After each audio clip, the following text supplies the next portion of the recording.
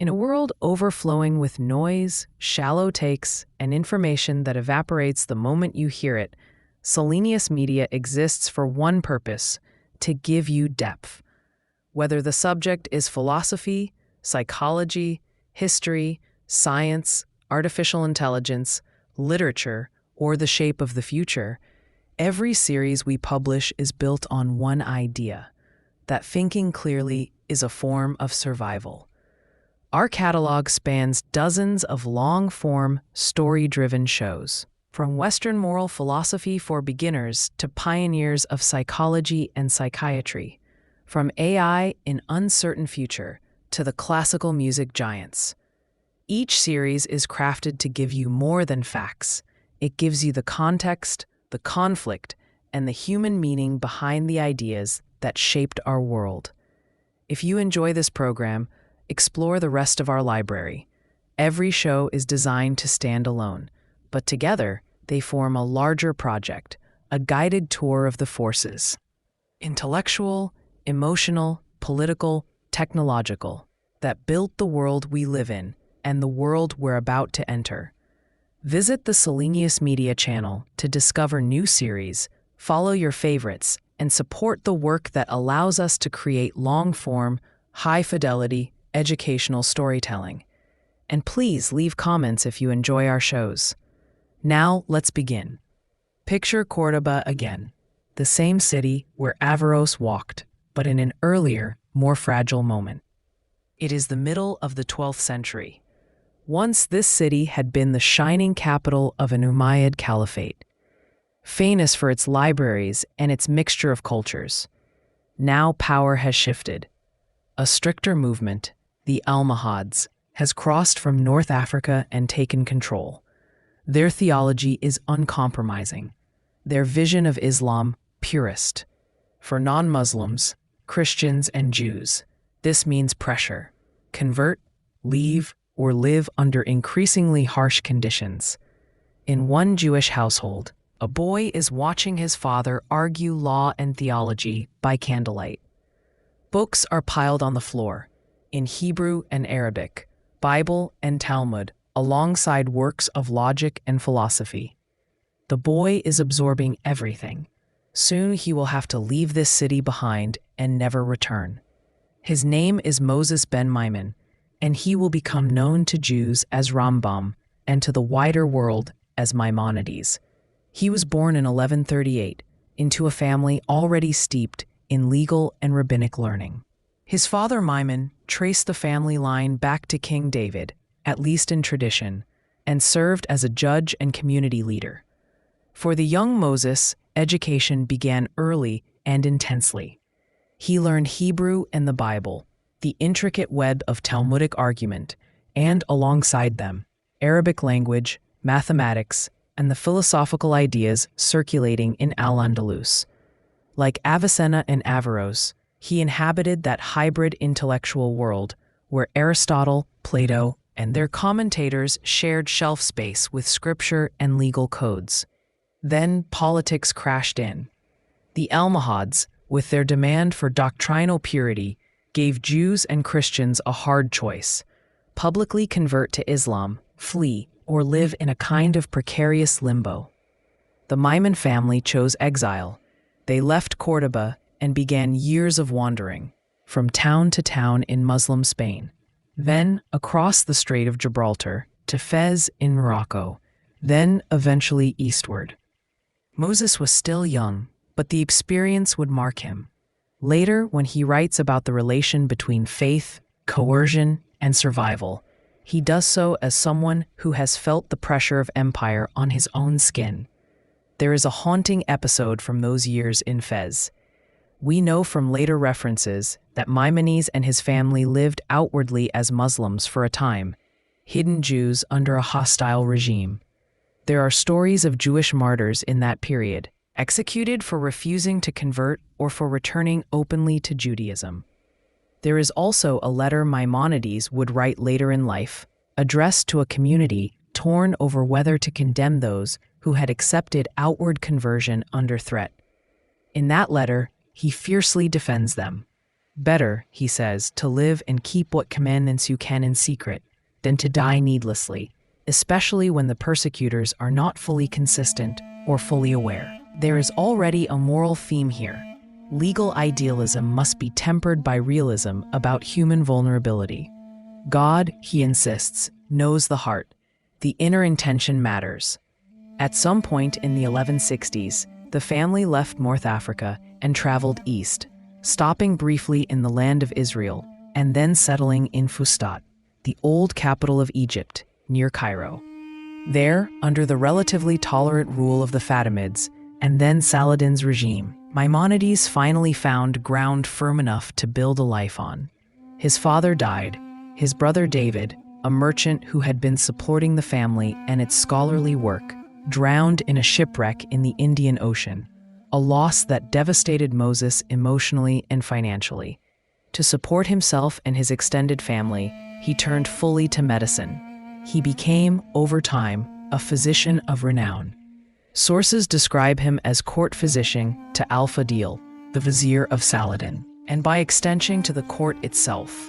He also became the head, the Nagid, of the Jewish community in Egypt, responsible for legal rulings, education, and communal affairs. In a famous letter, he describes his daily schedule. Mornings at court, treating high officials.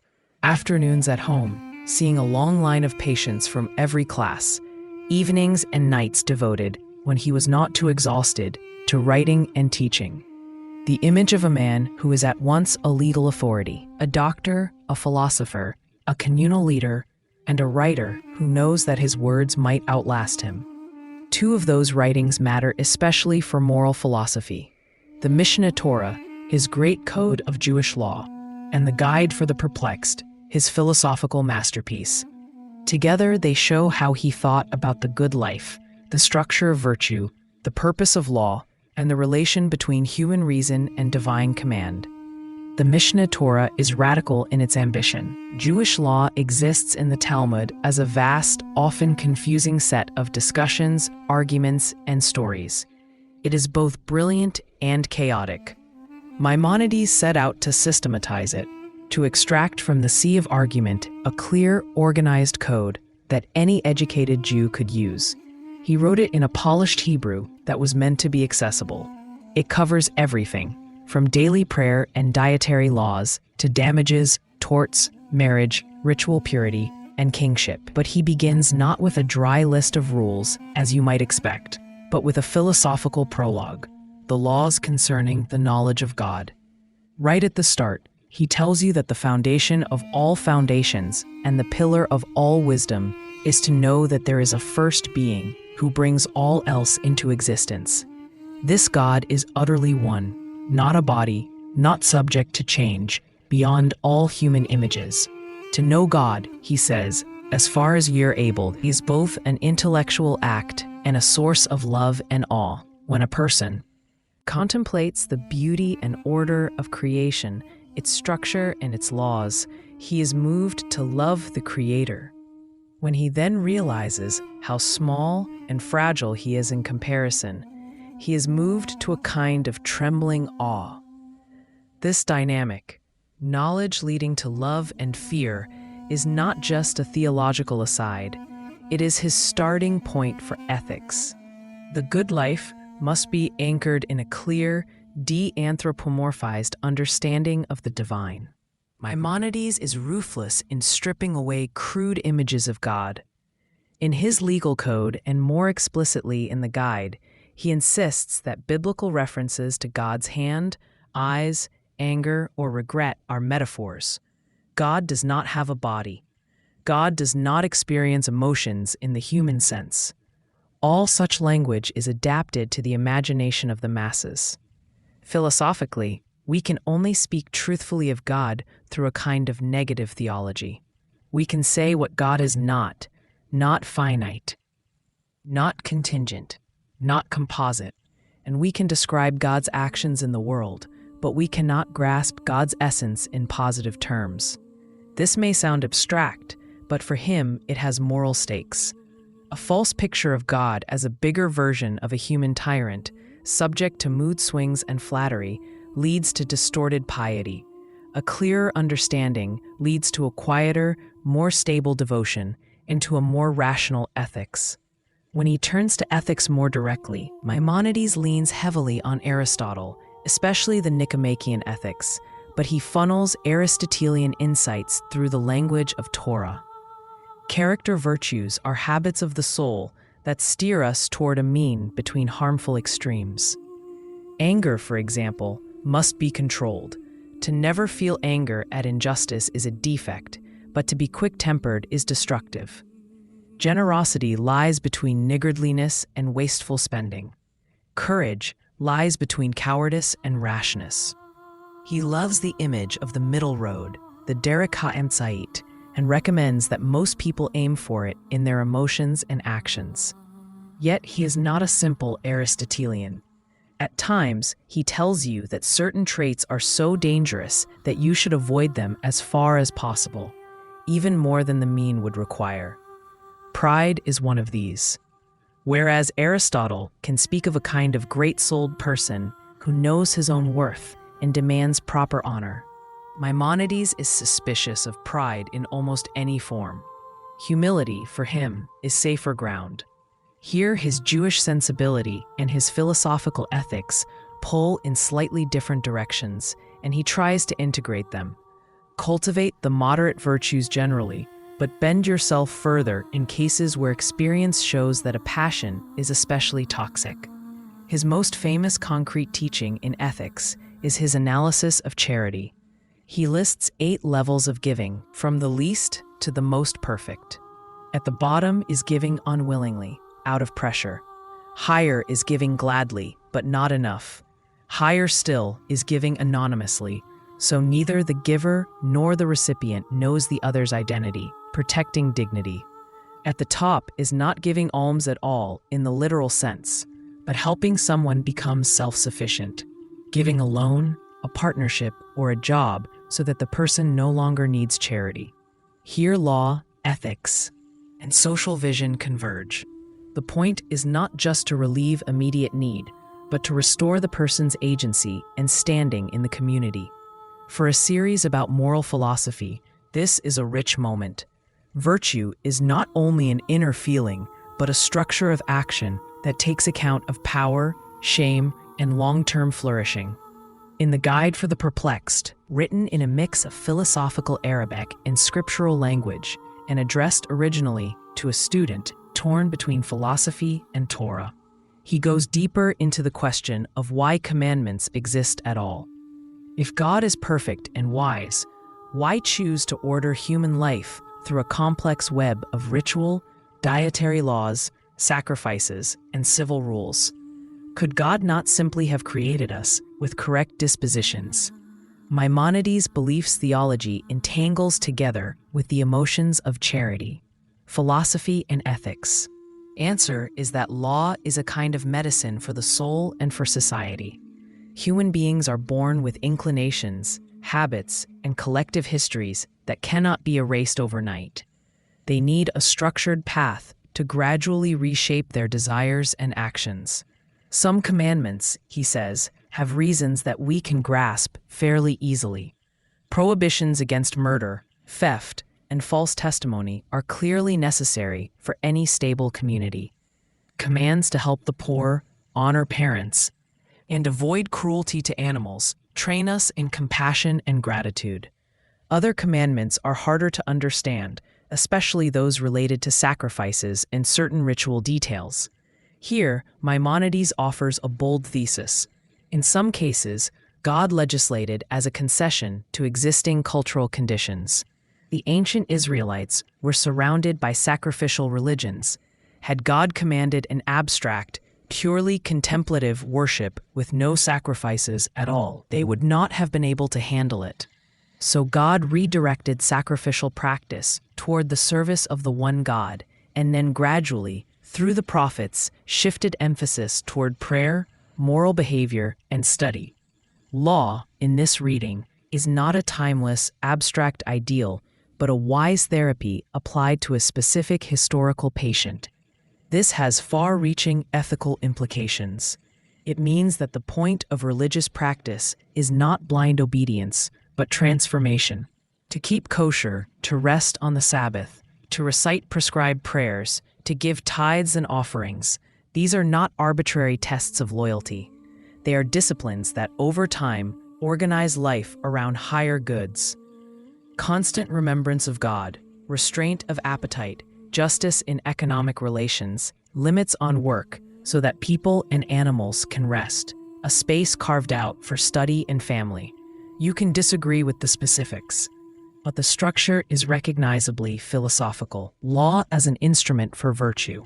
At the same time, Maimonides refuses to reduce everything to instrumental value. There is an ultimate end that is not just better social functioning or personal tranquility. That end is the knowledge of God, understood as far as human minds can. In the final sections of the guide, he returns again and again to the figure of the prophet and the perfected sage. The highest human being is one whose intellect has so fully grasped the order of creation and the reality of God's existence that his love and awe are constant. He does not withdraw from the world. He acts justly, practices kindness, and leads communities. But his inward orientation is fixed. His mind is, in a sense, always with God, even as his hands are busy with worldly affairs. This leads to a distinctive view of providence and moral responsibility. Maimonides argues that divine providence is proportional to a person's intellectual and moral perfection. The more a person knows God and lives in line with that knowledge, the more directly God's care is present in his life. This does not mean that he is spared all suffering or danger. The world still follows natural laws, and accidents happen. But it does mean that his soul is less vulnerable to the randomness of events. His inner life is anchored. The wicked or foolish person, by contrast, lives in a more chaotic mental world, subject to fear, anger, and confusion. His suffering is compounded by his own disorder. There is something hard-edged in this view.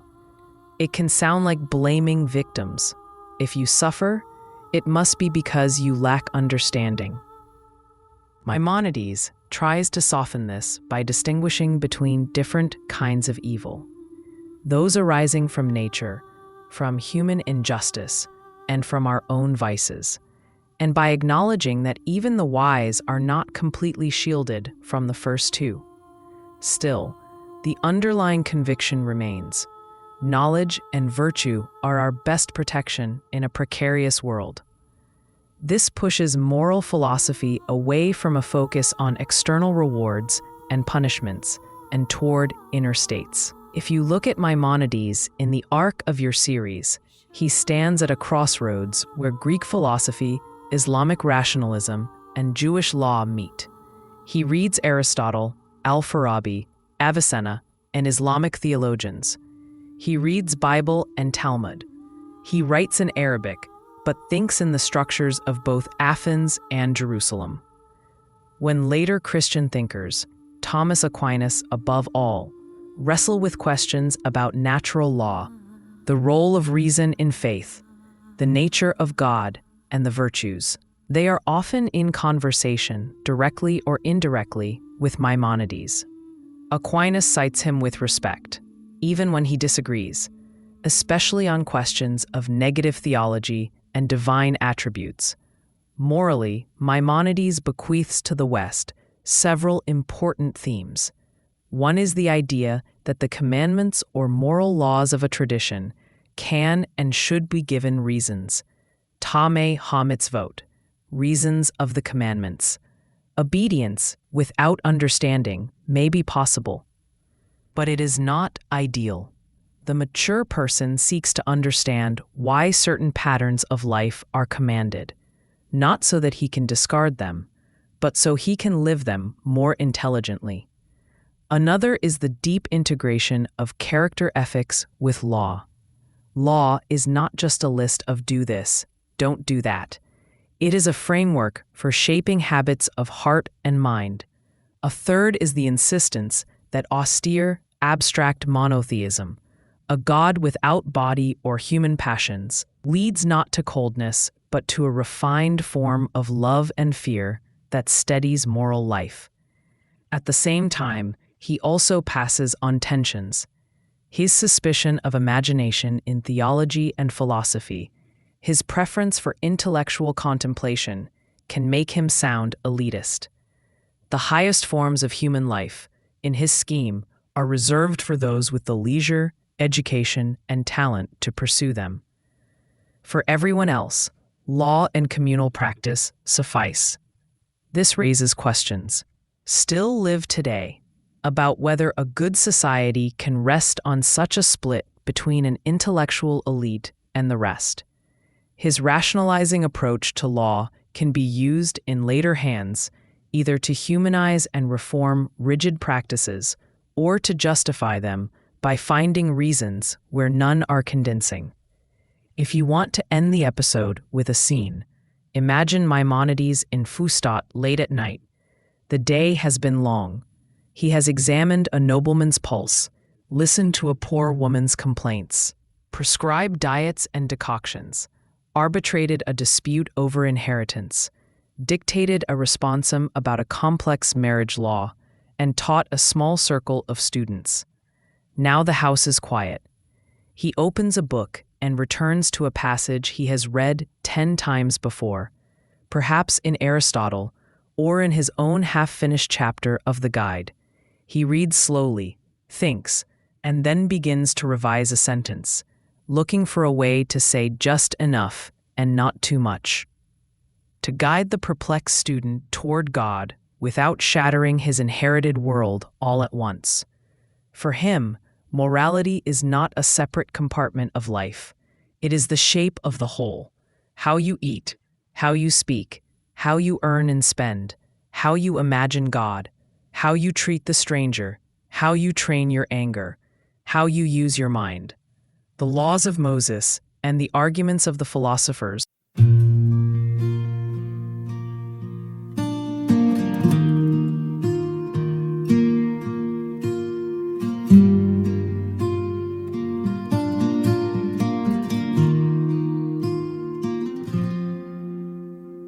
Midnight rails under silver moon, dusty boots on a winding road. A shadow's the only friend I've known since she packed up and let me go.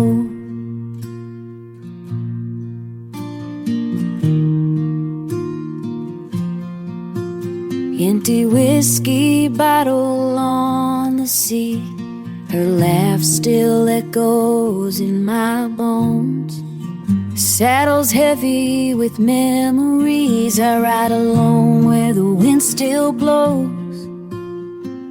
Nowhere else to be, nowhere else to be, nowhere else to be.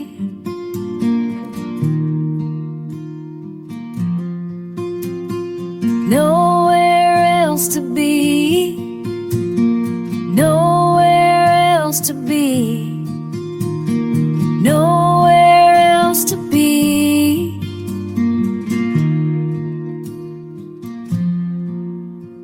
Sunrise paints the horizon gold, but it don't warm a lonesome soul. Every town I pass feels half her size. Every trail's haunted by goodbye. I whisper prayers to open skies, hoping someday my heart'll find a brand new path beyond the pain, where broken hearts can heal in time. Nowhere else to be, nowhere else to be, nowhere else to be.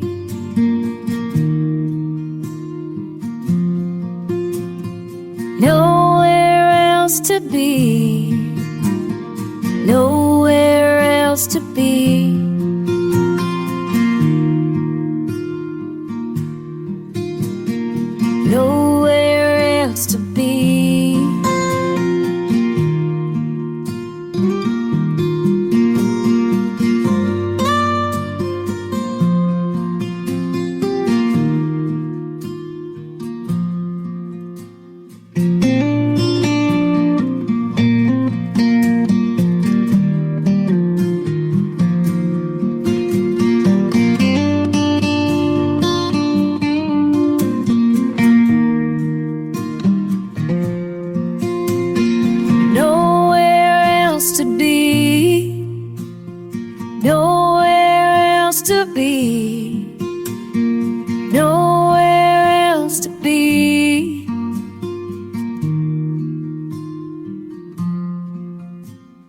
nowhere else to be, nowhere else to be.